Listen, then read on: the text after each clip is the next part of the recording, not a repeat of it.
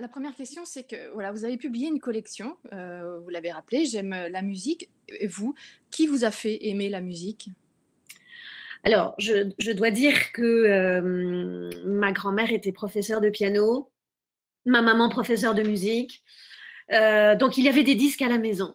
Et en fait, le souvenir le plus fort que j'ai, c'est un disque d'un groupe de musiciens qui s'appelait les Calchaquis à cette époque, qui était un groupe de musique andine de la Cordillère des Andes en Amérique latine. Et j'adorais, mais je vous parle de j'avais 4-5 ans, hein, mais c'est un souvenir tellement présent et j'adorais cette musique. Et je mettais carrément des coussins par terre et au rythme de cette musique, on était dans un appartement et j'avais mis tous les coussins comme ça qui parcouraient tout l'appartement et au rythme, mes parents n'étaient pas là quand je faisais ça parce qu'en fait, je mettais la musique très très fort. Et je sautillais, je courais au rythme de la musique uniquement en sautant d'un coussin à un autre.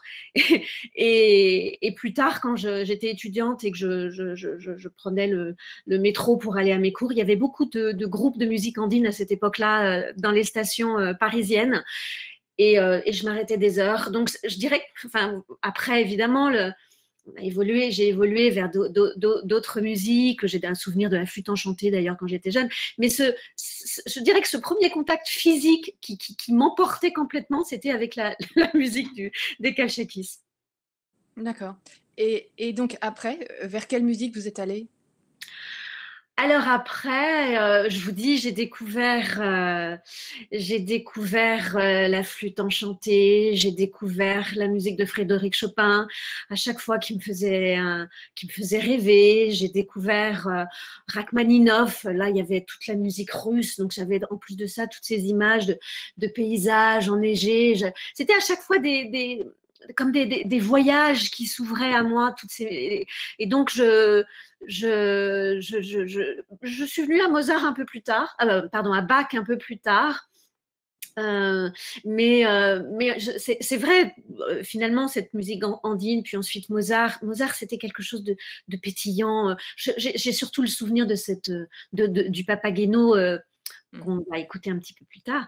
Voilà, c'était surtout des portes de voyage infinies, à la fois dans un imaginaire, mais aussi à l'intérieur de moi-même. Il y avait plein de choses, des émotions, c'était une façon de découvrir tout ce que je pouvais ressentir finalement.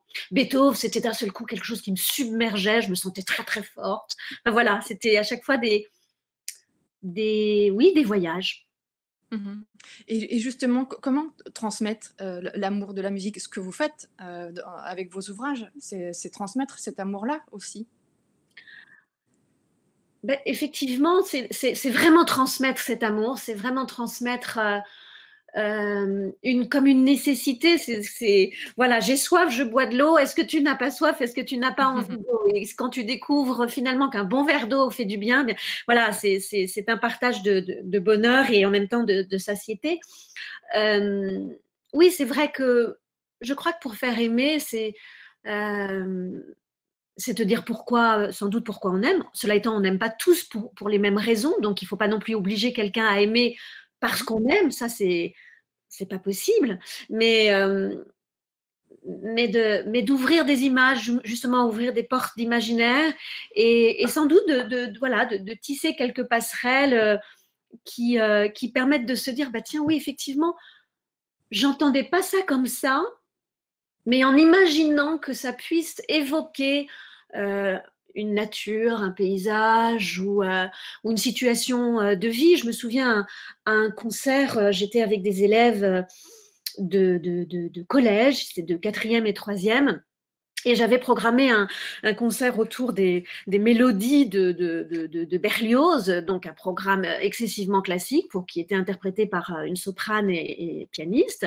Et c'était des étudiants qui n'avaient pas du tout l'habitude d'écouter à la fois, non seulement une chanteuse, donc classique, sans micro, comme ça, seule devant le public, et puis en plus de ça, des airs qui parlaient d'amour, qui parlaient de sentiments ou oui, qu'à cet âge-là, soit on brave de manière un peu humoristique, soit on garde très profondément. Il y a beaucoup de pudeur. Et je me souviens très très bien que lorsqu'ils ont commencé à entendre cette mélodie, ils commençaient tous un peu à rire, un peu finalement à pas se sentir très très bien. Et puis progressivement, je leur dis, mais est-ce on a tous envie de dire à quelqu'un à un moment donné dans notre vie qu'on l'aime, qu'on ne sait pas forcément bien lui dire, mais qu'en tous les cas, voilà, cet échange de mots. Et donc, on était dans une vraie conversation. Et c'était extraordinaire parce que plus on avançait dans le programme, plus on allait dans quelque chose d'intime, plus en fait chacun était pris par cette émotion et avait oublié tout ce qu'il pouvait y avoir en fait du regard de l'autre et était juste en lien direct. Et je crois que voilà, c'est l'échange, le partage, et puis d'un seul coup d'abandonner ce que l'autre peut penser et juste être en prise directe avec soi, fait qu'on rentre dans la musique et j'espère on l'aime. Mmh. Alors Louise l'a rappelé, vous faites partie d'une famille de musiciens et de musiciennes. Est-ce que le piano a été pour vous un vrai choix? Alors très honnêtement, non. Très honnêtement, non. Je vous ai dit, ma grand-mère était pianiste, professeure de piano. Donc, évidemment, j'entendais, parce qu'on habitait très proche et j'allais tout le temps la voir. Donc, comme elle avait énormément d'élèves, j'avais l'impression, voilà, il y avait sans cesse quelqu'un au piano. Ma sœur aînée jouait du piano. Donc, forcément, j'avais juste envie de faire comme eux. Mais sauf qu'en fait, j'avais envie de dire beaucoup plus avec mon corps. Et du coup, quand j'ai été à l'âge de l'adolescence, enfin, j'ai toujours chanté, parce que maman aussi jouait du piano, et donc je lui disais, écoute, voilà, on chantait, mais on chantait plein de choses, hein, on ne chantait pas que du classique, on chantait des airs pop, on chantait des airs de comédie musicale de West Side Story, je me souviens à l'époque, c'était Michel Berger que j'adorais. Donc, maman se mettait au piano, elle achetait les partitions, etc. Donc, j'aimais tout chanter et j'avais sans cesse besoin de chanter. Donc, j'ai fait beaucoup de chants. C'était finalement la voix qui me permettait de plus dire. Mais donc, j'ai continué un peu le piano, mais c'était pas ce que je préférais. Mais voilà, c'est mon histoire. Hein, c'est pas. Mmh. Vous avez aussi imaginé les concerts du mercredi dans lesquels vous mêlez la musique et la peinture. Quel lien y a-t-il entre justement musique et peinture? Tous les liens sont possibles. Les liens des couleurs. Un peintre parle en couleur chaude, en couleur froide. On parle quand on écoute une description ou qu'on lit une description d'une toile, on évoque beaucoup les contrastes, on évoque beaucoup les perspectives, etc. Et en musique, on parle aussi de couleurs. Quand on évoque les couleurs majeures, on est dans des couleurs lumineuses, ensoleillées, joyeuses. Quand on est en revanche dans des couleurs mineures, on est au contraire dans des couleurs sombres, nostalgiques, plus tourmentées. C'est exactement le même langage qu'un tableau. Donc ça, c'est déjà un rapport visuel et auditif.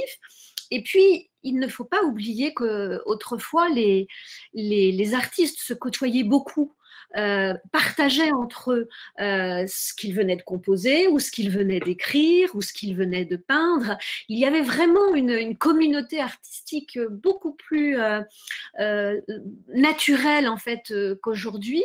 Tout le XXe siècle en fait a plutôt eu tendance à séparer, enfin moitié du XXe siècle, à séparer ces univers, alors qu'en fait ils ont un langage commun et qu'ils s'inspirent les uns les autres aussi. Donc, et évidemment, les œuvres sont aussi pour beaucoup reliées à l'histoire des hommes. Quand on prend par exemple le quatuor, le numéro 8 de Shostakovich, ou même toute la musique de Shostakovich, ce compositeur russe, toute sa musique est littéralement reliée à l'histoire de l'Union soviétique à cette époque, aux menaces du stalinisme. Sa musique même, le pam pam pam pam pam pam, c'est Staline et le KGB qui cognaient à la porte pour venir faire ses arrestations. Donc la musique a vraiment un lien direct avec l'histoire des hommes et avec l'histoire des arts. Et ça, c'est quelque chose qu'il faut reconnecter. C'est en plus de ça ce qui permet à tous de tellement mieux saisir l'importance de certaines pièces musicales qui étaient vraiment l'exutoire, ou au contraire, parfois même sans les mots, parce que Shostakovich, par exemple, ses opéras ont été censurés, parce qu'évidemment, il y avait du texte, donc des intentions, des dénonciations, mais toute la musique instrumentale pouvait passer. Donc, en fait, les notes remplaçaient les mots et le langage était là. Et ça, c'est quelque chose de très, très fort, et c'est vraiment le langage de la musique sans les mots qui peut être beaucoup plus puissant pour certaines fois. Mmh. Alors vous jouez de la musique et vous la racontez aussi. Pourquoi? Pour la faire aimer, pour la partager, pour la vivre. Parce que quand j'entends des personnes qui découvrent la musique et qui me disent mais moi j'écoute cette musique et elle m'apaise, Mmh. bah, je pense que cette simple phrase-là fait comprendre que tout est dit. Enfin, l'objectif est atteint parce que on a énormément besoin d'être apaisé, d'être élevé aussi. La musique sert à nous élever, à ne pas sans cesse ressasser des sujets qui finalement nous entretiennent dans une sorte de oui, parfois une certaine forme de médiocrité. Donc, quand on écoute certaines musiques, alors pour le coup, la musique de Jean-Sébastien Bach, quand on l'accepte complètement sans imaginer quoi que ce soit pour le coup, et juste la ressentir, il y a vraiment quelque chose dans le corps qui vous fait vous redresser et surtout penser plus haut, penser plus loin. Quant à celle de Beethoven, elle vous donne une énergie, vous sortez de votre pièce, vous avez l'impression que vous allez embrasser le monde entier. Donc, oui, la musique, c'est pas juste une distraction, c'est pas juste un loisir, c'est vraiment quelque chose, entre guillemets, qui nous élève. Et on ne peut pas refuser cette élévation. Mais c'est l'élévation, comme je le disais, dans l'aspiration au plus haut, c'est-à-dire à des idées plus belles, plus élégantes, plus sophistiquées. C'est l'élévation dans l'énergie, c'est-à-dire que si un jour on est un peu ratatiné en se disant que tout va mal et rien ne va plus, bah, une bonne symphonie de Beethoven et on se dit bah, finalement lui il était quand même sourd, il avait une vie absolument épouvantable, il a réussi à composer ses œuvres absolument magistrales, donc finalement je vais me faire tout petit et puis je vais me dire que moi aussi ça peut aller. Voilà. Et comment écrire sur la musique, notamment quand on s'adresse aux enfants? Alors, ce que j'essaye de faire, c'est de ne plus rien savoir. Mmh. De ne plus rien savoir et de juste me dire, voilà, cet enfant découvre ses premiers mots sur cette première musique. Qu'est-ce qu'il peut ressentir? Je ne vous cache pas que je repars aussi sur ce que moi j'étais, la manière dont j'ai vécu certaines rencontres musicales, certaines impressions. Donc il faut surtout éliminer, faut tout éliminer. Faut tout éliminer pour redécouvrir. Et c'est ça qui est extraordinaire quand on écrit pour des enfants. Mais en fait, même pour des plus grands, enfin, pour toutes les conférences que je fais pour des adultes, la découverte, c'est parce qu'on a d'abord envie de découvrir soi. On n'a pas envie forcément de découvrir ce que l'autre a découvert. On a un petit quelque chose en nous, on aime bien être le premier à découvrir quelque chose. Si on est vraiment honnête avec nous-mêmes, on aime bien que ce soit un petit trésor et être le seul à le découvrir. Donc finalement, c'est juste faire table rase de tout et de partir dans un monde où, comme une première fois. Mmh. Et donc pour le journal de Mozart, vous êtes partie aussi sur ce chemin comme une première fois? Ben, oui, parce que alors là, c'était Mozart. Donc Mozart, oui, qu'est-ce qu'un enfant à qui on demande de se bander les yeux pour jouer du clavecin devant toute une cour de princes et de princesses? Qu'est-ce qui se passe en lui quand il est dans une calèche, qu'il essaye d'écrire toutes ses notes, qu'il a très peur de faire des ratures, puis pouf, tout tombe parce qu'il y a une roue qui se casse? Bah, quel enfant n'a pas été très en colère parce qu'il a été poussé et qu'il a fait une rature sur ce qu'il venait d'écrire ou de dessiner? C'est juste la vie de chacun. Et c'est de se mettre à sa place. Se mettre à sa place aussi quand il part faire tous ses voyages et qu'il dit au revoir à son chien, à son chat. Il ne sait pas quand il va revenir, si même il va revenir. Il faut quand même imaginer qu'au XVIIIe siècle, partir en voyage, c'était pas comme aujourd'hui. Enfin là, on met entre parenthèses évidemment la période qu'on est en train de vivre, mais il n'y a encore que quelques mois, il suffisait de cliquer sur nos ordinateurs pour organiser un aller-retour au bout du monde. Et puis voilà, les choses étaient faites. Non, du temps de Mozart, c'était des semaines et des semaines de voyage en calèche, donc pas de chauffage à l'intérieur, Mmh. des couvertures, les roues en bois qui traversent toutes les campagnes, à toutes les saisons. Donc d'ailleurs, à un moment donné, il faut partir en septembre. Enfin voilà, il faut partir maintenant parce que plus tard, il y aura la neige, etc. Donc le voyage sera plus compliqué. Donc il a quand même entre 6 et 7 ans, il s'embarque. Et il va tomber beaucoup ou très souvent malade. Et là encore, quand vous tombiez malade à cette époque, il fallait attendre que la maladie passe au risque d'y mourir. Donc c'est une vie, c'est quand même une vie incroyable. C'est une vie incroyable et je crois que ce qui est vraiment important, c'est voilà, même s'ils n'avaient pas le choix, ils l'ont quand même vécu.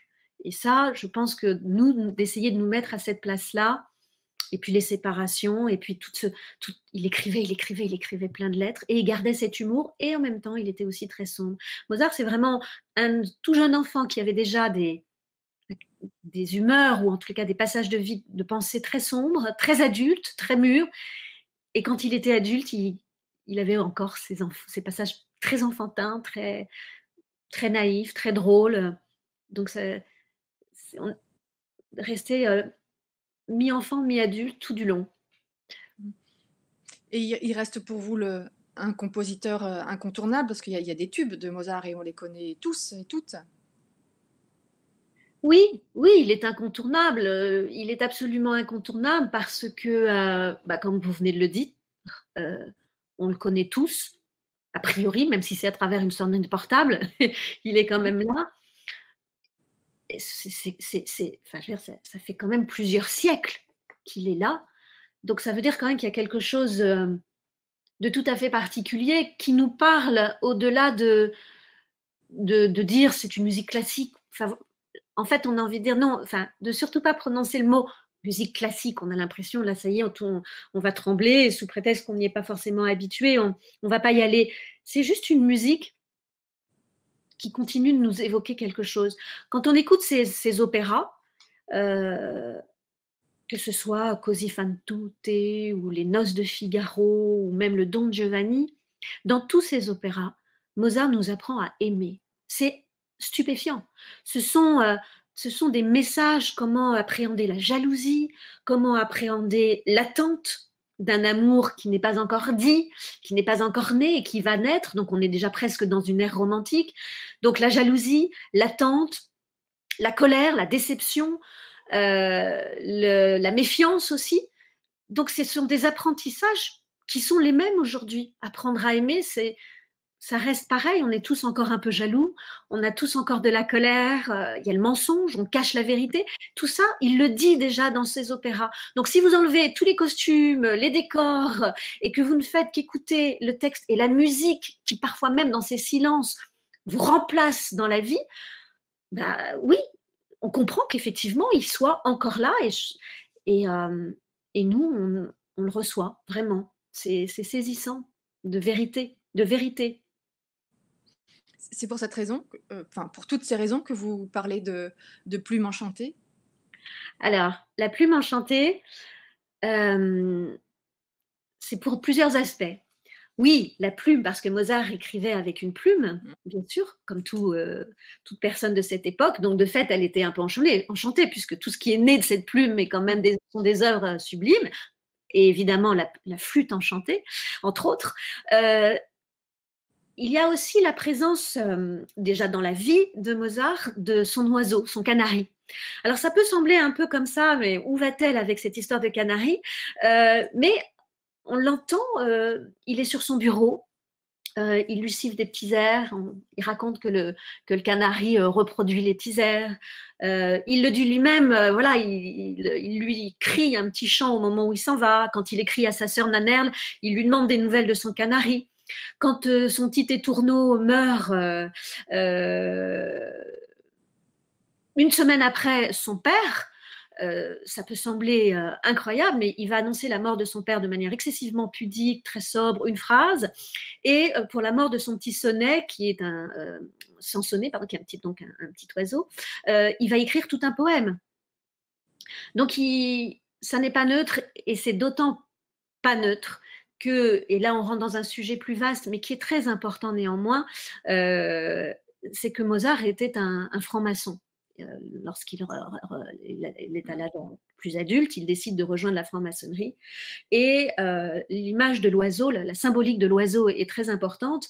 Et finalement, on ressent toute la cohérence entre ce choix de rentrer dans la franc-maçonnerie, qui était assez fréquent néanmoins à cette époque-là pour tous les artistes et les intellectuels, mais aussi cette musique qui nous porte, qui nous emmène plus loin, qui nous fait réfléchir, et qui tend à vouloir nous apporter la lumière. Donc oui, l'image de l'oiseau qui vole vers la lumière, c'est vraiment Mozart. Mmh. Vous l'avez rappelé en introduction, il existe beaucoup d'écrits sur Mozart, sur sa musique, sur sa vie. Donc vous avez dû faire des choix. Qu'est-ce qui vous a guidé justement dans cette écriture? Je suis très sensible à la relation au père. Léopold, donc le père de Mozart, était un violoniste très connu à cette époque. Il jouait enfin, il était un pédagogue très connu. Il était violoniste, il jouait dans l'orchestre du prince archevêque, puisque à cette époque-là, l'Allemagne était donc faite de plusieurs États, et tous ces États étaient dirigés, étaient gouvernés par des princes, et en fonction des cours finalement, et du goût des princes et de leur religion, catholique ou protestante, ils aimaient plus ou moins la musique. Donc ils avaient, pour beaucoup d'entre eux, des orchestres auxquels ils commandaient quasiment quotidiennement des œuvres, et Léopold, le père de Mozart, était donc musicien de la cour. Quand Léopold observe son fils, qui a 4 ans, quand il compose déjà ses premiers petits menuets, ses premières musiques, et qui déjà sait jouer du clavecin et du violon, et qu'il est sans cesse en train d'entendre de la musique dans sa tête, il a compris que son fils a quelque chose qui n'est pas tout à fait de l'ordre du commun, et il va vraiment, immédiatement, et pour toute sa vie durant, se consacrer intégralement à faire de Mozart finalement ce qu'il est devenu. Donc le faire découvrir par tous les grands d'Europe, d'où la nécessité de l'emmener en voyage, puisque pour se faire connaître, il fallait voyager et aller dans les cours voisines, donc à Vienne, en Allemagne, en France, en Italie, en Angleterre, et c'est Léopold, c'est son père qui va organiser évidemment matériellement, etc., mais aussi toutes les autorisations pour sortir du pays. À chaque fois, il fallait des lettres de recommandation. Enfin, c'était un processus quand même très compliqué. Il va demander à toutes les personnes de l'aide, du soutien, de l'argent aussi. Et puis, le faire travailler. C'est lui qui va lui donner pendant ces heures interminables de voyage. Il va lui enseigner l'histoire, la géographie, les langues, évidemment la musique. C'est lui qui lui enseignera absolument tout.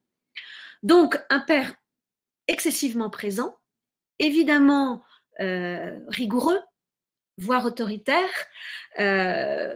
Lorsqu'il y a des escales, il leur achète, parce qu'au premier voyage, Nannerl, la sœur de Mozart, qui elle-même chante et joue du clavecin et du violon très bien, il y a aussi la mère. Donc à chaque étape, il leur achète une petite épinette, vraiment comme un petit piano miniature, pour qu'ils continuent de travailler. Donc c'est vraiment la présence du père et ce maintien de la règle, de la consigne et de l'habitude. Il le dit, c'est un habit de fer, cette habitude. Mais on le sait, c'est dans l'habitude, c'est dans le quotidien que l'on parvient à atteindre de vrais résultats. Je veux dire, un sportif, il s'entraîne tous les jours. Aujourd'hui, c'est pareil, une danseuse, un joueur de foot, un nageur.